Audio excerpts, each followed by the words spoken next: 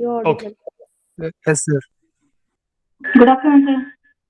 Yeah. Very good afternoon.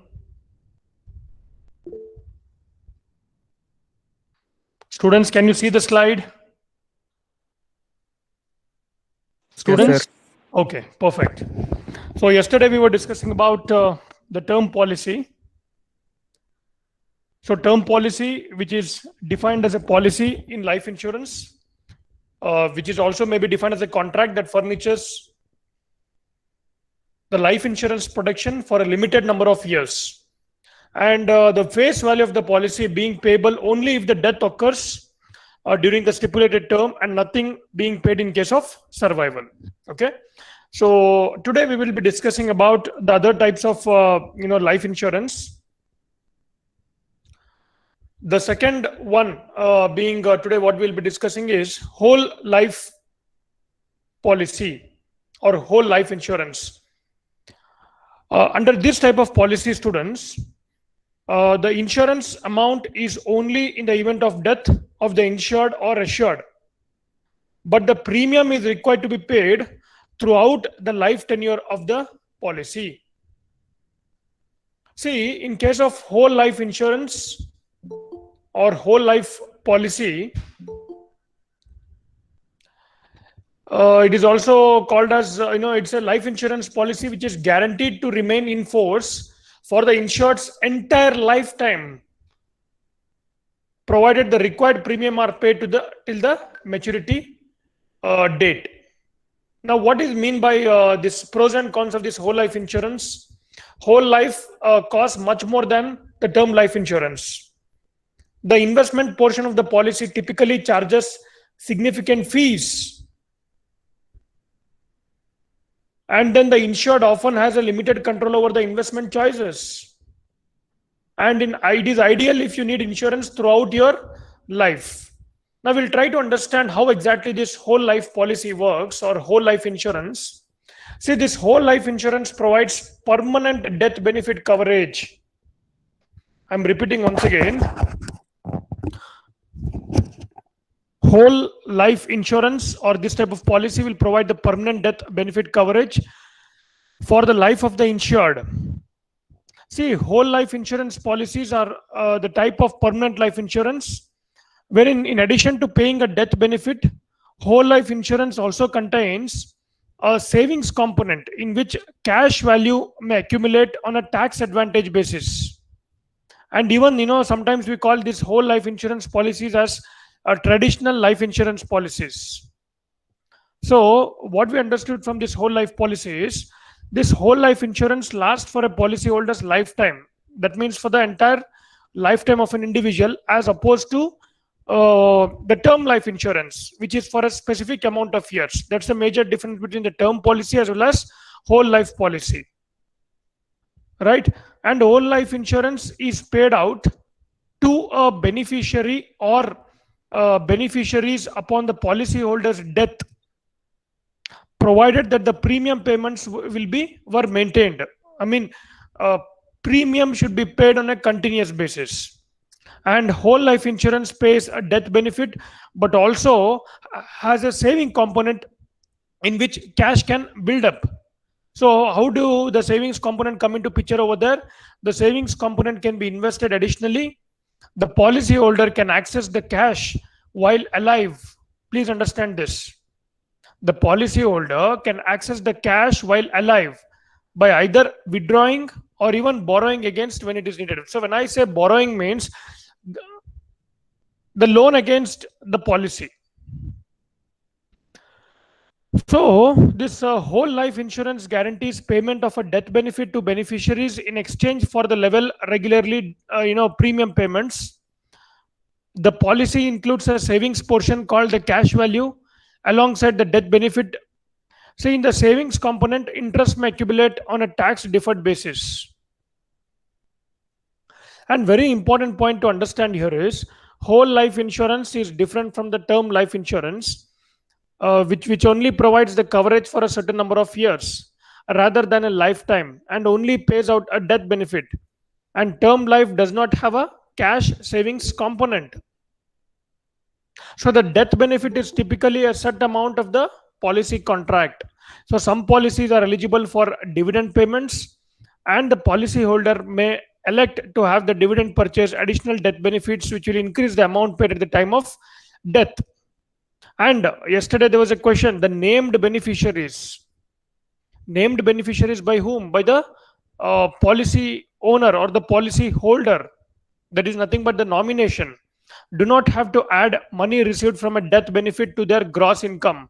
However, what happens, students, sometimes the owner may designate that the funds from the policy be held in an account and it can be distributed in allotments.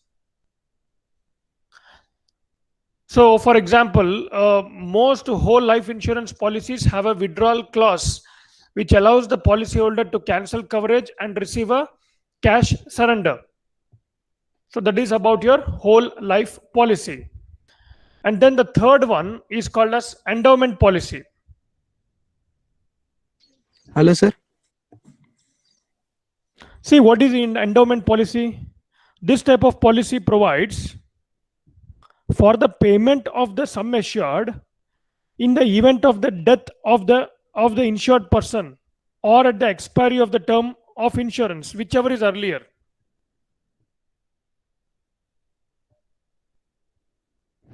I'll repeat, the policy provides for the payment of the sum assured in the event of the death of the insured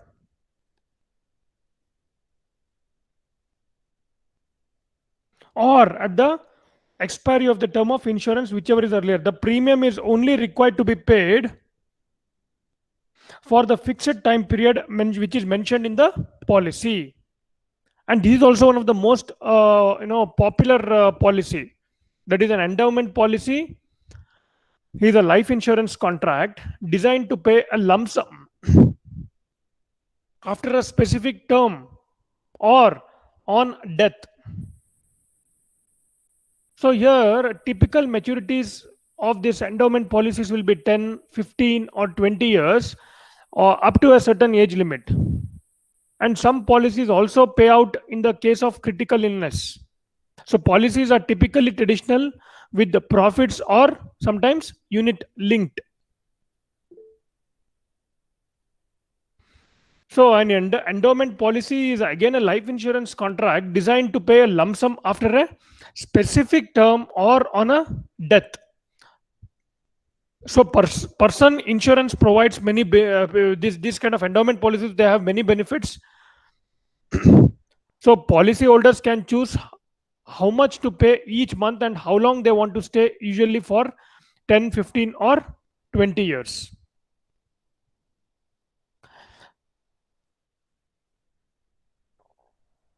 And some of the benefits of this endowment policy also are there. The key benefit of endowment plan includes the financial protection of your loved ones and even goal-based savings.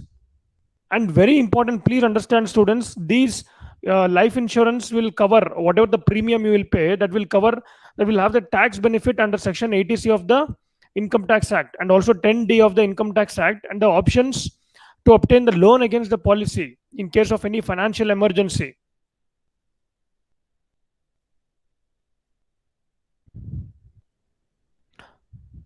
And an endowment policy is essentially again a life insurance policy which, apart from covering the life of the insured, it also helps the policyholder save regularly over a specific period of time so that he or she is able to get a lump sum amount of the policy maturity in case he or she survives the policy term. So a life insurance endowment policy pays the full sum assured. I'm repeating once again. A life insurance endowment policy pays the full sum assured to the beneficiaries or the nominees if the insured dies during the policy term, or to the policyholder on maturity of the policy if he or she survives the term.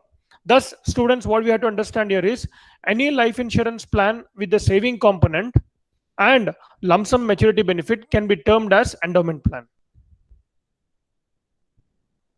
Okay, so endowment plans thus fulfill the dual needs for life. What are they? Dual needs, that is cover as well as savings under a single plan. So they are one of the most traditional forms of life insurance plans available in Indian market today.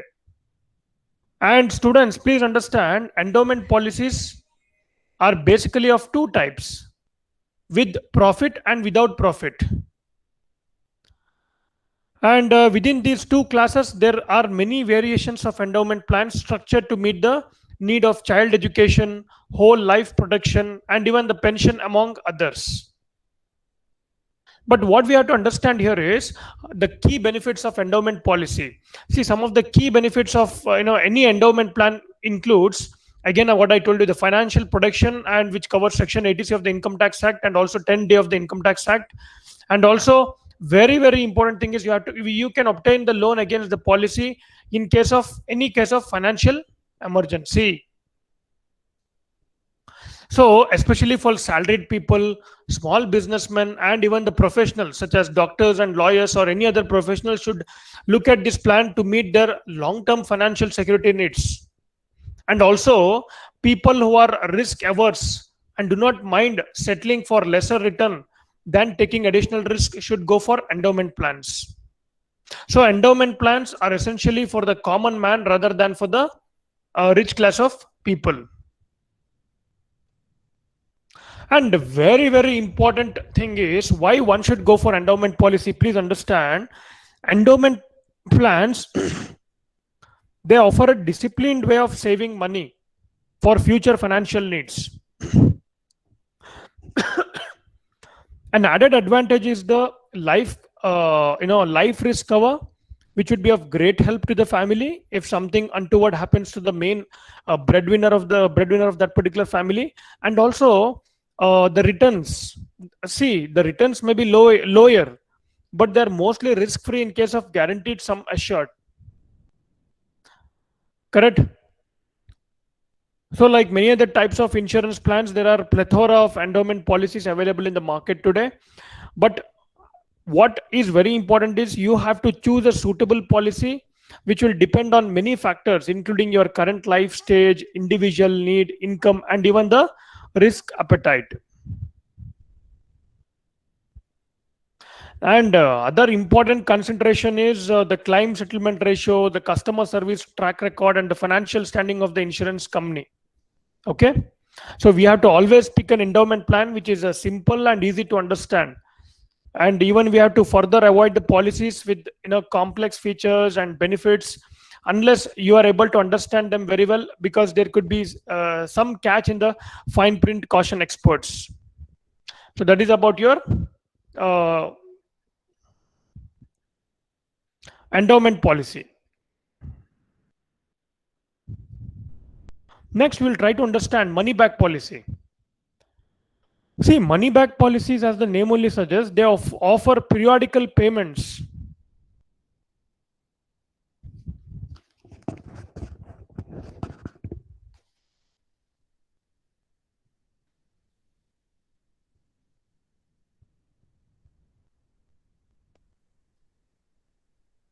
Okay, so money back policy, they offer periodical payments during the term of the insurance policy. So, however, this is done only if the insured person is still alive. So, in the case of insured person's death, the claim money becomes payable. So, we'll try to understand in depth. Let me explain you. See, the money back policy is one of the most popular insurance policy. It provides the life coverage during the term of the policy, and the maturity benefits are paid in installments by way of survival benefits in every 5 years.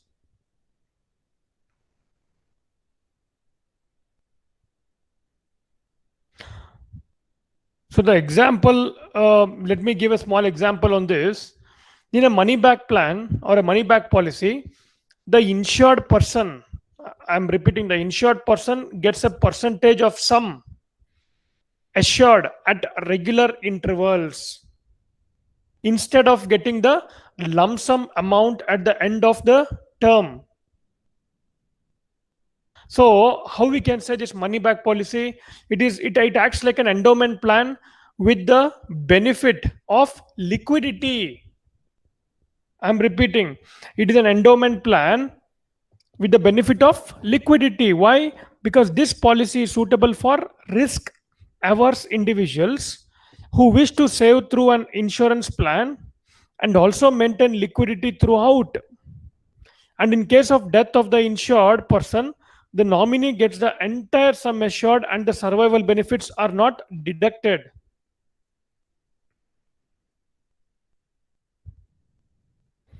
So that is about, money back policy.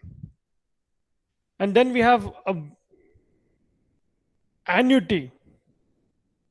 So annuity policy, an annuity is a type of policy issued by an insurance company designed to accept and grow the funds, and upon annuitization create a stream of income or payments. The money you pay in can be either a lump sum or a number of payments. These contributions generally earn a rate of return, generally tax deferred. See, please understand annuity, it's a very important concept. This policy involves the payment of periodic money in lieu of the purchase price of the policy for a specified period of time. So let me explain you in detail. An annuity, it's a financial product that pays out a fixed stream of payments to an individual, and these products are primarily used as an income stream for retirees. So annuities are contracts, or annuities are it are issued and distributed by financial institutions which invest funds from individuals. So they help individuals address the risk of outliving their savings, and upon annuitization the holding institution will issue a stream of payments at a later point in time. So what are these annuities?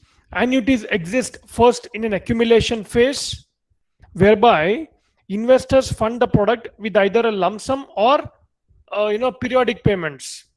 We see, students, in case of mutual funds, we call it as a lump sum investment or a systematic investment plan. That is, every month a amount will be deducted from your particular account and it will be credited to AMC's particular scheme. The same way, annuities exist first in an accumulation phase, whereby investors fund the product with either a lump sum or periodic payments. And once the annuitization phase has been reached, the product begins paying out to the annuitant for either a fixed period or the annuitant's remaining lifetime.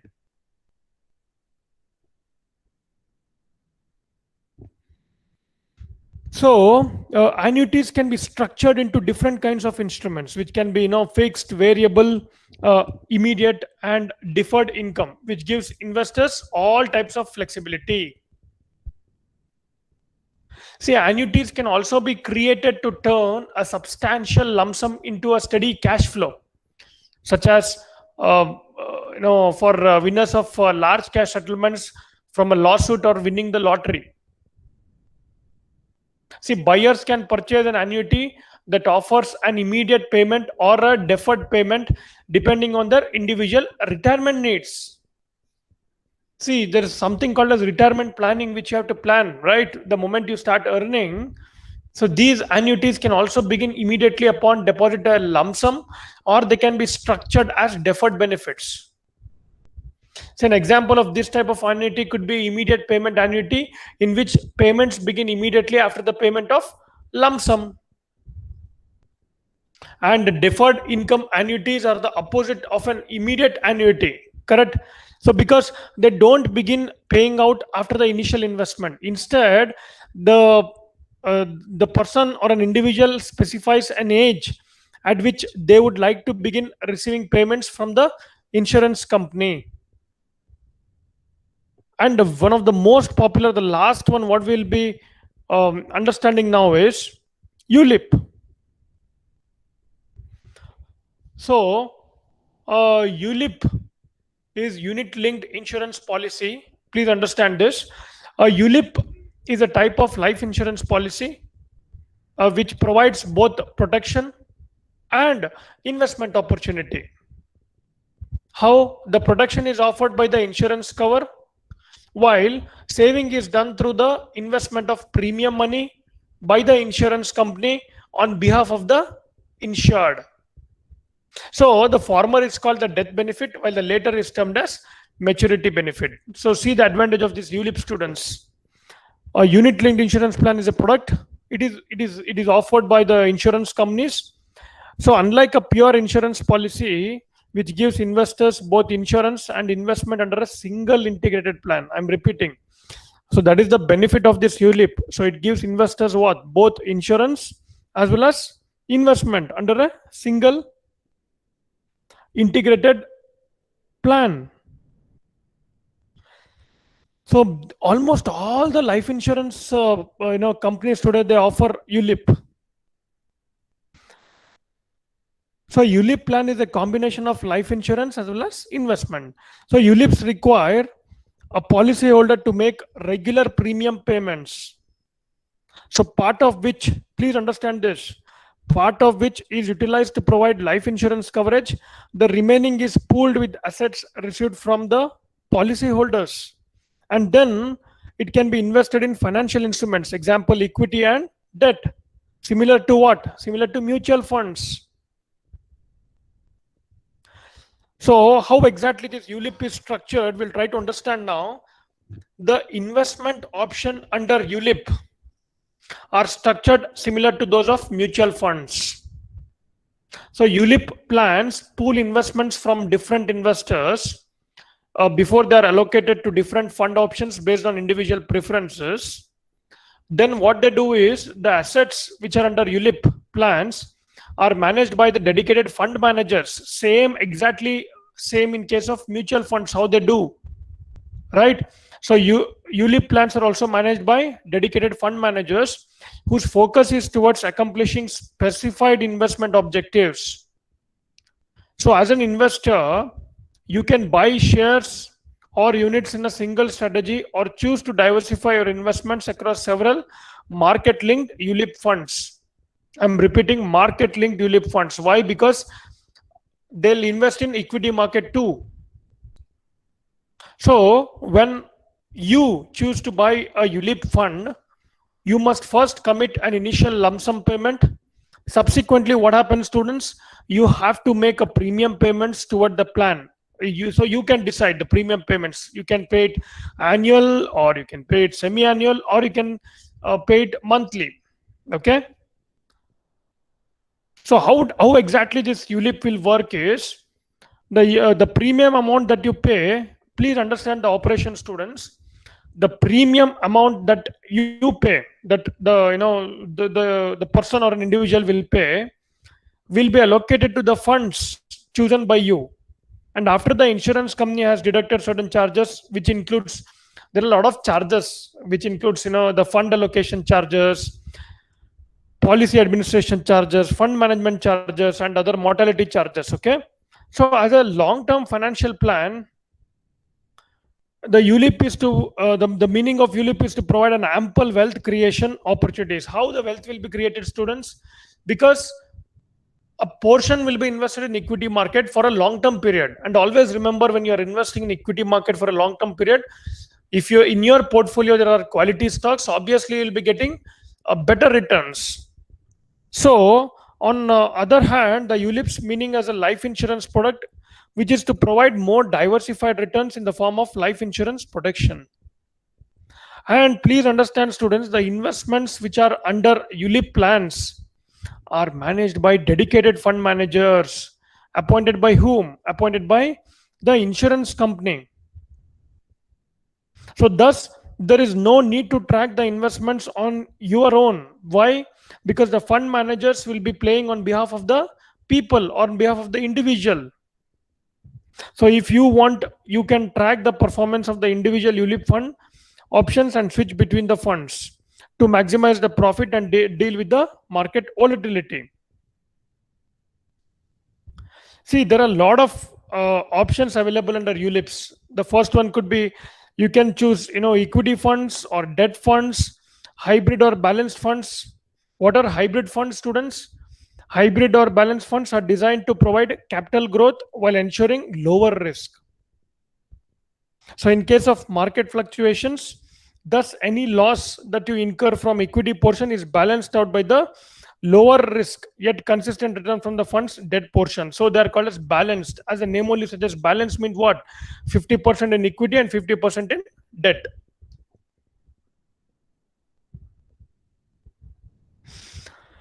Now, what are the benefits of ULIP?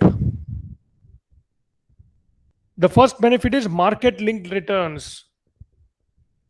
Why? Because ULIPs provide an opportunity to avail of to earn the market linked returns by allocating a portion of the premium invested into what? Into market linked instruments such as debt as well as equity instruments in varying proportions. And the second important advantage of this ULIP is what? Life protection with savings. Correct? See, besides allocating a portion of the premium invested into market linked instruments, ULIP also help protect you and your loved ones against any kind of emergencies in life. So thus you can avail the market linked returns while the ULIP plan takes care of your protection needs. So the need of protection against the life's eventualities out of the way, you can develop a regular habit of saving and even investing and build substantial wealth over the long term. And the third important advantage of this ULIP is flexibility. Why flexibility? Because an individual can switch between investments fund based on your changing needs and even make partial withdrawals after the completion of the initial 5-year lock-in period. There will be a lock-in period of 5 years. And then single premium additions to help you invest additional sums of money as and when desired. Then tax benefits, that is the next advantage of this ULIP. So these are some of the life insurance types: a term policy, whole life policy, endowment policy, money back policy, annuity, and ULIP. And after understanding the various types of life insurance, we will try to understand the general insurance. Hello, sir. First, we will understand what exactly is this general insurance. Then I'll take you to the various types of general insurance. See, general insurance is a type of contract of indemnity. So under this contract, the insurer promises to pay a certain sum of money to the insured for the actual amount of loss sustained by them. So, however, please understand, students, no payment is required to be made if there is no loss occurred to the insured. Right? So that is about your general insurance. Let me give an example and tell you what exactly is this general insurance. See, general insurance, it is also called as non-life insurance policies, which includes automobile and even homeowners policies. They provide payments depending on the loss from a particular financial event. So general insurance is typically defined as any insurance that is not determined to be life insurance. So after understanding the meaning of general insurance, first type of insurance what we'll take is fire insurance, which again comes under property insurance. So what is this fire insurance? Fire insurance, the term fire insurance refers to a form of property insurance that covers damage and losses caused by what? Caused by fire. So most policies come with some form of fire protection, but homeowners may be able to purchase additional coverage in case their property is lost or damaged because of fire. So purchasing additional fire coverage helps to cover the cost of replacement, repair, or even reconstruction of the property above the limit set by the property insurance policy. And even students, fire insurance policies typically contain general exclusions such as war, nuclear risk, and some of the similar perils. So, fire insurance is a property insurance that provides additional coverage for loss or the damage to a structure damaged or destroyed in a fire.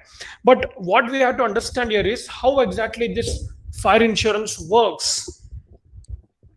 See, homeowners insurance provides policyholders with the coverage against loss or the damage to their homes and possessions, also referred to as insured property, right? And this acts like a blanket term. This is a blanket term used to describe both the interior and the exterior of the home, as well as any assets that are kept on the property itself. So, policies may also cover injuries someone sustains while on the property. So, fire insurance covers a policy holder against fire loss or damage from a number of sources. This includes fires brought about by electricity, such as faulty wiring and gas explosions, as well as those caused by lightning and natural disasters. And even a burst and a overflowing water tank or pipes may also be covered by this type of policy. And what happens or how it actually works here is, students, most of these type of policies provide coverage regardless of whether the fire originates from inside or outside of the home. So because of a sudden catch of fire outside your house, sometimes what happens is we ignore, but suddenly due to the breeze the fire may come or it might harm our house also. So the limit of coverage depends on the cause of fire. The policy actually what it does, it reimburses the policy holder on either a replacement cost basis or on a ACV basis, means that is actual cash value basis for the damages. And if the home is considered a total loss, I'm repeating, if the home is considered total loss, the insurance company may actually reimburse the home's current market value. So the insurance typically provides a market value compensation for lost possessions with the total payout, capped based on the home's overall value. So for example, students, a policy insurer's house will be for 3,50,000 and the contents are actually covered for at least 50% to 70% of the policy value. So when I say that, which ranges from 1,75,000 to 2,45,000. So many of these type of policies limit how much reimbursement covers luxury items such as paintings, jewelry, gold, and other type of costs. So a fire insurance policy includes, even additional coverage against smoke or even due to water damage. Water damage due to a fire and is usually effective for 1 year. So fire insurance policies on the verge of expiration are usually renewable by the home owner under the same terms as the original policy. So that is about your first type of general insurance, that's called fire insurance. Then comes the second one, that's called as marine insurance. See, marine insurance, as the name only suggests, the insurance or this type of insurance seeks to provide compensation for the losses sustained due to what? Due to marine transport.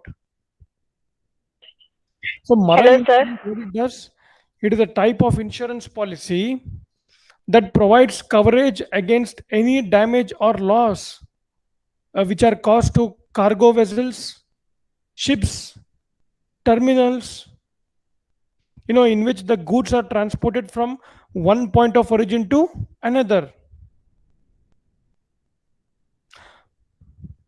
I'm repeating once again, marine insurance, it covers the loss or damage of ships, cargo, terminals, and any transport by which the property is transferred, property or goods is transferred, acquired, or held between the points of origin and the final destination.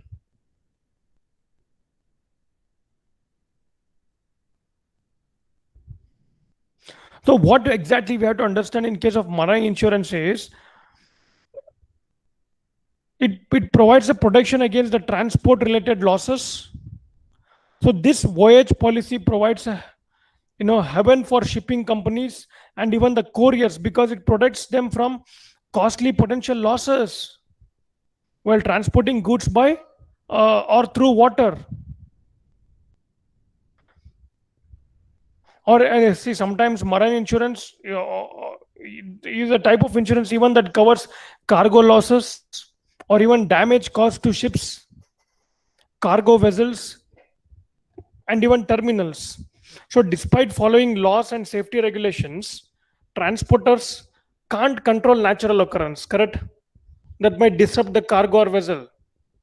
So, things like weather hazards, encounters with the some of the pirates, and even cross-border conflicts are very very common in water transportation, and the damages associated with these situations can cause significant financial hardship for the ship owners. So this is where a marine insurance policy comes to the rescue, protecting the interests of shipping corporations and even transporters by providing them with the insurance coverage needed to defend against possible losses. See, some of the important features of marine insurance are like insurance policies are well defined contracts, and marine insurance has strict policy requirements. So insurer requirements should always be followed because minor discrepancies or any violations can lead to rejected claims. So policy providers follow narrow guidelines when reimbursing claims, and a simple deviation to the route might result in a loss of coverage for an expensive claim.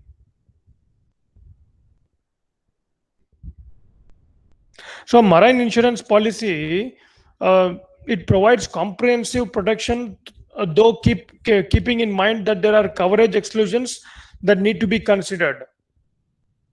And very important, students, when you are paying the premium, they say everything will be covered, but actually you should read the document before signing. Otherwise, when some untoward incident happens, then they say that okay, it is not covered, then you will be incurring the losses. See, in case of marine insurance, insurance company will not cover if you claim if it is caused by willful negligence or it is caused by improper packaging and there is a contamination as a result of radioactive rays, or if it is caused by a strike or a riot or a civil commotion. And when we understand this marine insurance, there are a lot of types of marine insurance what we have to understand, which is very important from the examination point of view. Ocean marine insurance is such a broad term that it is actually applied to a group of coverages to provide protection against certain losses or damages. See, generally there are three common types of marine insurance that provide different protection. The first one is called as hull insurance, HULL, hull insurance. And the second one is called as cargo insurance. And the third one is called as marine liability insurance. So what we are studying now, the different types of marine insurance that actually exist today. Okay. The first one we will understand the hull insurance. Some people even pronounce it hull insurance. Okay. So it offers protection for physical damages to the boat or vessel along with its operating equipment, including machinery. So hull insurance is applicable for all water vessels and limited to commercial based ocean crafts.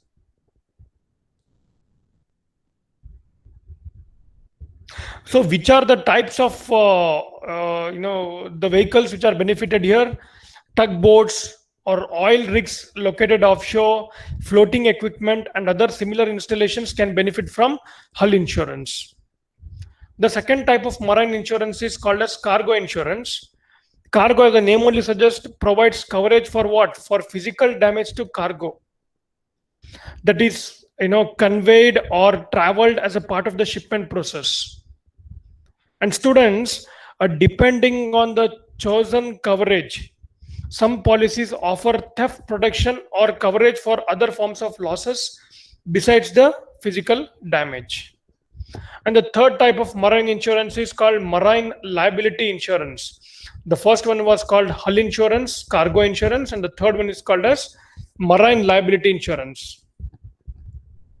And this type of insurance, that is marine liability insurance, also called as a protection and indemnity insurance, which covers, this coverage offers protection for the third party liabilities that owners and corporations are exposed to during the water operations, which includes coverage for injuries, illness, or even the loss of life caused by vessel operation, medical expenditures, damage to other vessels, and even cargo, collision incidents, and related expenses as a result of quarantine may also be covered in case of the marine liability insurance. So that is about your marine insurance. I'm repeating once again, marine insurance is a type of insurance that covers cargo losses or damage caused to ships, cargo vessels, terminals, and even may transport in which goods are transferred or acquired between the different points of origin and their final destination.